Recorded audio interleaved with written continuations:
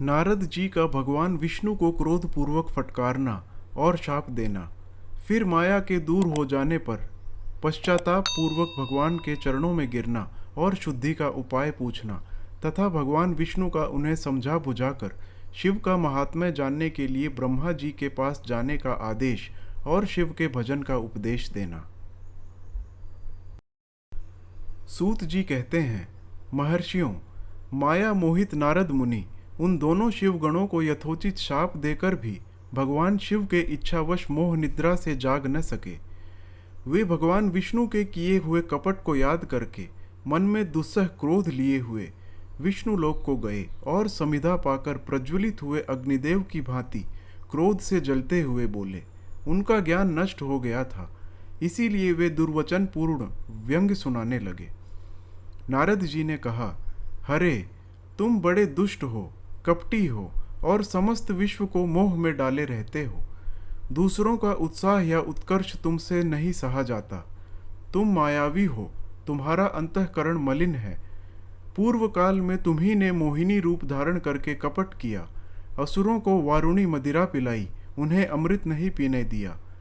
छल कपट में ही अनुराग रखने वाले हरे, यदि महेश्वर रुद्र दया करके विष न पी लेते तो तुम्हारी सारी माया उनकी उसी दिन समाप्त हो जाती।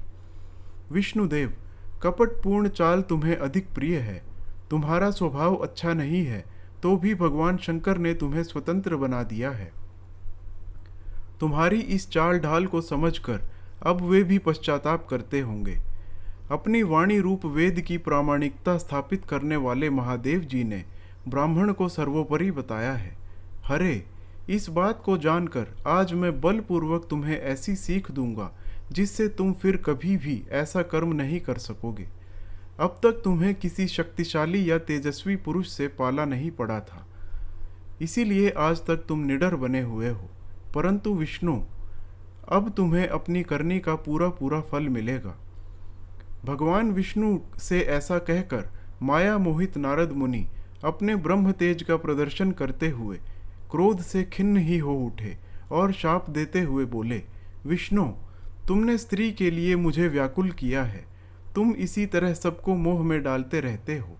यह कपटपूर्ण कार्य करते हुए तुमने जिस स्वरूप से मुझे संयुक्त किया था, उसी स्वरूप से तुम मनुष्य हो जाओ और स्त्री के वियोग का दुख भोगो। तुमने जिन वानरों के समान मेरा मुंह बनाया था, वे ही उस समय तुम्हारे सहायक हों।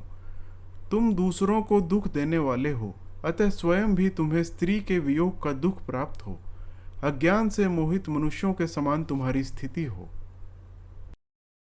अज्ञान से मोहित हुए नारद जी ने मोहवश श्री हरि को जब इस तरह शाप दिया, तब उन्होंने शंभु की माया की प्रशंसा करते हुए उस शाप को स्वीकार कर लिया।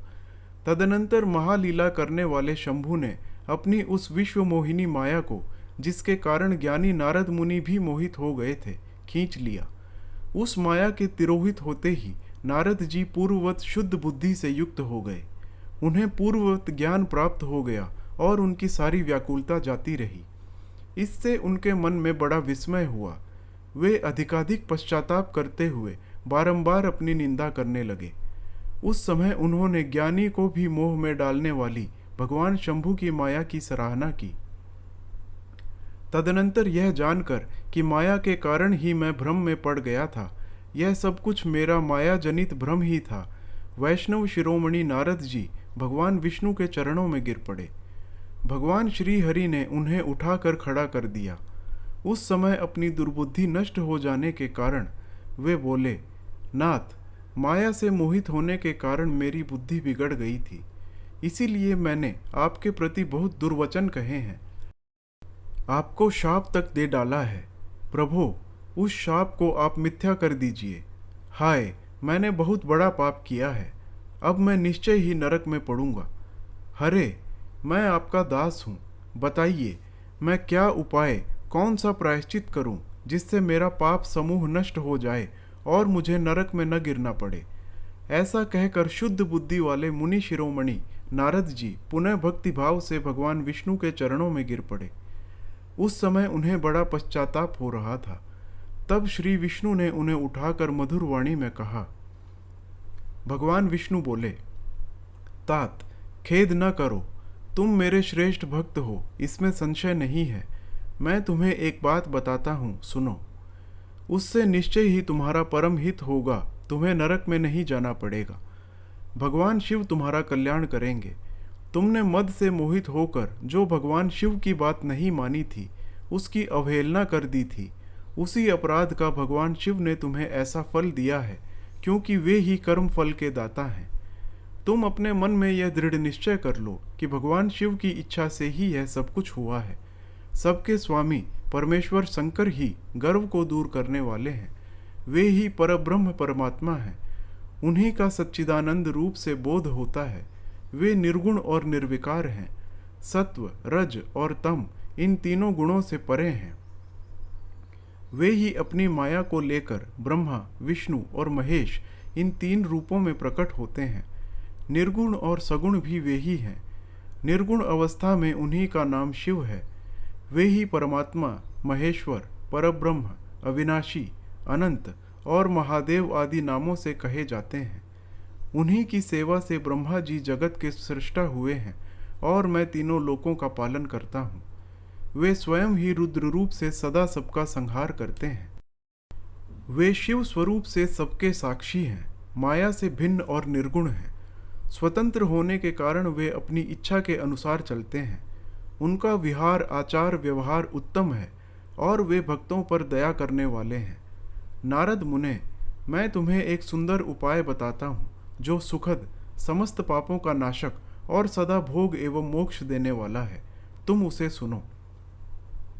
अपने सारे संशयों को त्याग कर तुम भगवान शंकर के सुयश का गान करो और सदा अनन्य भाव से शिव के शतनाम स्तोत्र का पाठ करो। मुने, तुम निरंतर उन्हीं की उपासना और उन्हीं का भजन करो। उन्हीं के यश को सुनो और गाओ तथा प्रतिदिन उन्हीं की पूजा अर्चा करते रहो। नारद, जो शरीर, मन और वाणी द्वारा भगवान शंकर की उपासना करता है, उसे पंडित या ज्ञानी कहना चाहिए। वह जीवन मुक्त कहलाता है। शिव, इस नाम रूपी दावानल से बड़े बड़े पातकों के असंख्य पर्वत अनायास भस्म हो जाते हैं। यह सत्य है, सत्य है, इसमें संशय नहीं है। जो भगवान शिव के नाम रूपी नौका का आश्रय लेते हैं, वे संसार सागर से पार हो जाते हैं। संसार के मूलभूत उनके सारे पाप निस्संदेह नष्ट हो जाते हैं। महामुने, संसार के मूलभूत जो पातक रूपी वृक्ष हैं, उनका शिव नाम रूपी कुठार से निश्चय ही नाश हो जाता है।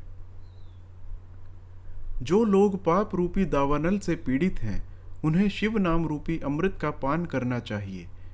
पाप दावाग्नि से दग्ध होने वाले प्राणियों को उस शिव नामामृत के बिना शांति नहीं मिलती। संपूर्ण वेदों का अवलोकन करके पूर्ववर्ती विद्वानों ने यही निश्चय किया है कि भगवान शिव की पूजा ही उत्कृष्ट साधन तथा जन्म मरण रूपी संसार बंधन के नाश का उपाय है। आज से यत्न पूर्वक सावधान रहकर विधि विधान के साथ भक्ति भाव से निरंतर जगदम्बा पार्वती सहित महेश्वर सदाशिव का भजन करो। नित्य शिव की ही कथा सुनो और कहो तथा अत्यंत यत्न करके बारंबार शिव भक्तों का पूजन किया करो। मुनिश्रेष्ठ, अपने हृदय में भगवान शिव के उज्ज्वल चरणारविंदों की स्थापना करके पहले शिव के तीर्थों में विचरो। मुने, इस प्रकार परमात्मा शंकर के अनुपम महात्म्य का दर्शन करते हुए अंत में आनंदवन काशी को जाओ। वह स्थान भगवान शिव को बहुत ही प्रिय है। वहाँ भक्ति पूर्वक विश्वनाथ जी का दर्शन पूजन करो। विशेषतः उनकी स्तुति वंदना करके तुम संशय रहित हो जाओगे। नारद जी, इसके बाद तुम्हें मेरी आज्ञा से भक्ति पूर्वक अपने मनोरथ की सिद्धि के लिए निश्चय ही ब्रह्मलोक में जाना चाहिए। वहाँ अपने पिता ब्रह्मा जी की विशेष रूप से स्तुति वंदना करके तुम्हें प्रसन्नतापूर्ण हृदय से बारंबार शिव महिमा के विषय में प्रश्न करना चाहिए।